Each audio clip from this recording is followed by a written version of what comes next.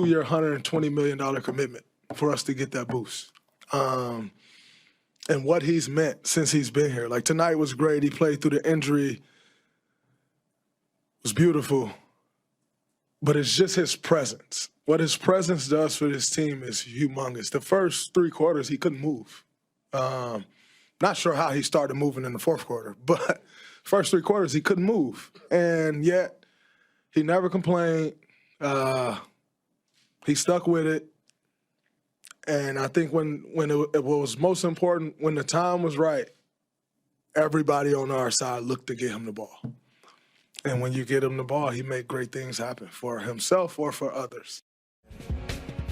Not insurmountable for Houston, but it's not where you want to be against the Warriors, who are 10-1 in a series under Steve Kerr when they lead 3-1. 8 of those ended in Game 5, 2 in Game 6. Only LeBron's Cavaliers forced Game 7 of the 2016 NBA Finals, which, of course, they went on to win. Speaking of the Cleveland program, and Perk, I'm going to get back to Cleveland in a minute because they earned our respect with the way they played, as did the Thunder. But I want to begin the conversation this evening with the more compelling and interesting game, which was the Warriors over the Rockets. It was chippy, it was spirited, it was playoff basketball. And in the end, I mean, Jimmy Butler doesn't miss from the line and gets the huge rebound late. How significant was his contribution, not just being available, but what he did with his time on the floor?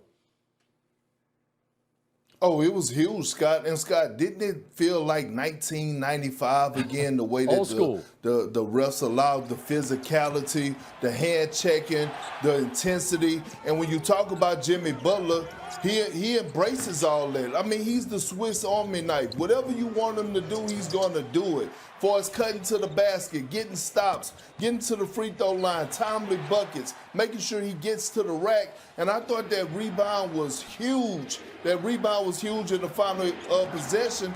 Going up there skying and getting in the monster of the trenches with the big fellas to go secure that rebound. After we witnessed what Aaron Gordon did against the Clippers on the offensive rebound to seal the game, I thought that was huge. Great game all across the board for Jimmy Butler. But this is what he's brought to the table for the Golden State Warriors, Scott. He's giving them life. If that bucket goes for Şengün and Houston wins, we're having a completely different conversation. I don't want to miss what that young man did in this game. They went to him. It's a clear out against against Draymond, who's going to do what Draymond does. He's going to guard.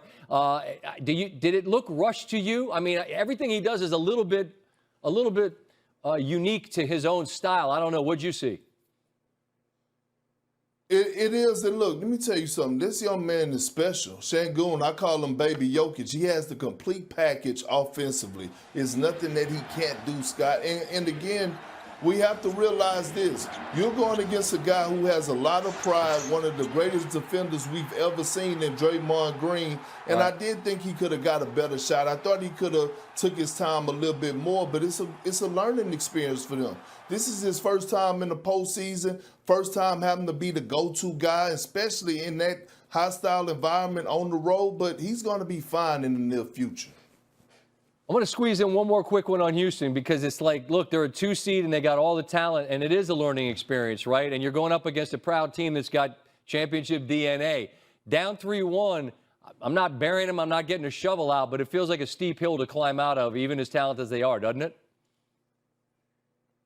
Oh, yeah, it's over with, Scott. Okay. They dead bird, tall grass. You can cancel it. And, yeah, it's over with, Scott. It's over with. Even if they get Game 5 in Houston, they're losing in Game 6.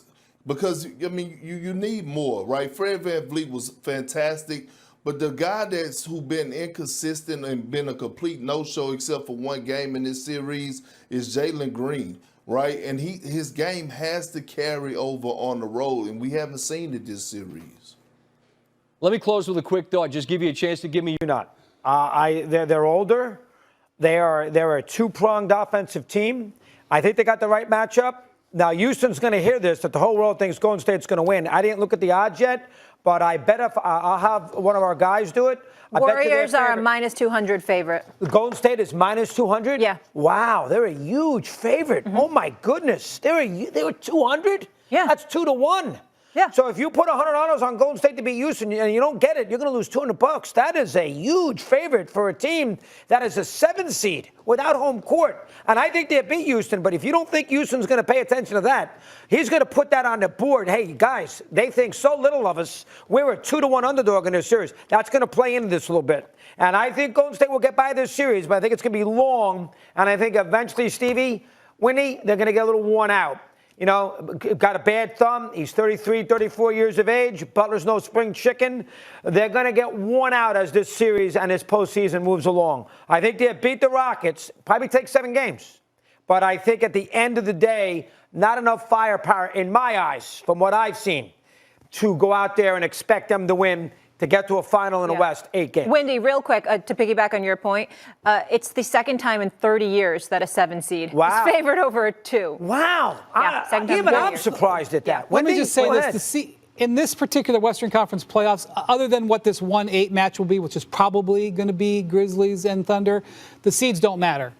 You know, they matter because Houston gets home court. But 2-7, 3-6, the separation between these teams is very narrow. So I appreciate you saying that, Molly. It's a good factoid. I don't think it's applicable. The Warriors are not a 7 seed. But one thing I am worried about, on Sunday, we saw Zubac with the Clippers get 17 rebounds. I think the Clippers had like 18 or 20 more rebounds than the Warriors. In this game last night, we see Zach Edey, 17 rebounds. They out-rebounded him again by 10 or 12. The Rockets can play huge. They have their own big giant guy in Steven Adams, and then Şengün, who's not humongous by NBA standards, but is a double-double machine.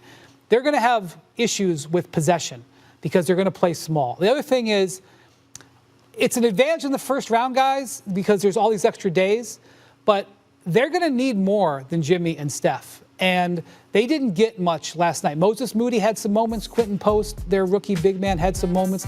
They didn't get a lot of production elsewhere. And Steve Kerr has made an interesting decision. He's abandoned Jonathan Kuminga, who is arguably the best athlete on this roster, okay? The Rockets are stocked with athletes. And Molly, you're exactly right. Their game plan, Ime Udoka's game plan, is to make this a 6 or 7 game series. You're going to want to wear Jimmy Butler and Steph Curry out with these bigs. Kuminga last night, I wasn't there, so I don't know. I'm not sure he had his uniform on. I'm not kidding. I think he didn't have his uniform top on because he had clearly been told he wasn't going to play. And Curry's gone back and forth with Kuminga for 4 years. But they're going to need more than just these 2 guys to beat this Rockets team. I promise you that. Yes, they will need more than these 2 guys. There is no question about that. The Warriors will. Because Ime Udoka can coach his butt off. You know how I feel about him as a coach. I think he's one of the elite coaches in the game of basketball. They clearly have a size and rebounding advantage, obviously. But come playoff time, especially when you're going up against the likes of a Steph Curry, you got to make shots. And can Houston do that when it really, really counts? I know Fred VanVleet is a champion. He could do that. I know that Dylan Brooks is a rough rider, and he's not scared of anything. And those are going to be factors. Jalen Green, we're going to see what you're going to do in a series like this. Amen Thompson, I love this young kid. I think he's a star in the making on both sides of the ball. He's just going to be special. I can see Houston winning a championship within the next couple of years. So that's how good I feel about this team. But in this particular series, here's what it comes down to for Golden State. Steph Curry, in 3 of the 5 games, played in 3 of the 5 games against Houston this year, averaged 16 points. 36% shooting, 30% from 3-point range. Is that going to continue? I don't think so. All right. Jonathan Kuminga. Steve Kerr, you sure you want to stick with that decision? Jonathan Kuminga is Golden State's leading scorer against the Rockets this year.